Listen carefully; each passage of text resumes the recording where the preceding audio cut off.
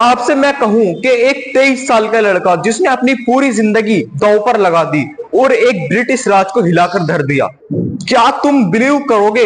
ये था एक भगत सिंह, सच्चा शहीद Bhagat Singh. Hey Darky, we can play wherever we want. Don't forget, this is our ground. And you don't forget, this is our country. माफ करना पाजी, ना तो मुझे मौत का खौफ है और ना ही रब का यकीन।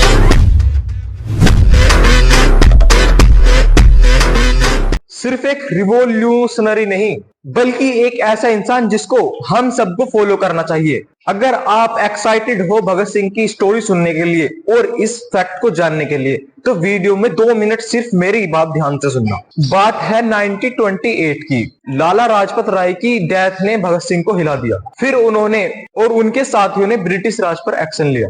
फिर 1928 में सेंट्रल लेजिस्लेटिव असेंबली में एक बॉम्ब फेंका, लेकिन इस बॉम्ब से किसी को भी हर्ट नहीं गया। इस बॉम्ब का सिर्फ एक मकसद था, ब्रिटिश राज को डराना और पब्लिक को जगाना। और टाइम आता है 23 मार्च 1931। भगत सिंह और राजगुरु और सुखदेव तीनों को फांसी की सजा दी गई। तीनों को शहीद किया गया था इस डेट पर। भाई सिर्फ 23 साल की उम्र में भगत सिंह देश के लिए शहीद हो गए। दोस्तों ये एज वो होती है जब स्टूडेंट यूनिवर्सिटी से 23 साल की उम्र में डिग्री लेकर बाहर निकलता है। उस टाइम पर वो शहीद हो चुके थे और उनकी डेथ एक इंसिडेंट नहीं, एक बड़ी आजादी की आग जो देश भर में आजादी की आवाज बन गई। लेकिन ब्रिटिश राज चाहता था कि भगत सिंह की सैक्रिफाइस को लोग इग्नोर करें, बट उनकी कहानी आज भी हमारे दिलों के अंदर जिंदा है। भगत सिंह कहते हैं कि एजुकेशन और नॉलेज ही एक असली पावर है। सिर्फ लड़ाई से नहीं, अवेयरनेस और थॉट से भी देश को बदला जा सकता है। उन्होंने हमें सिखाया इनजस्टिस के खिलाफ खड़ा होना कभी गलत नहीं होता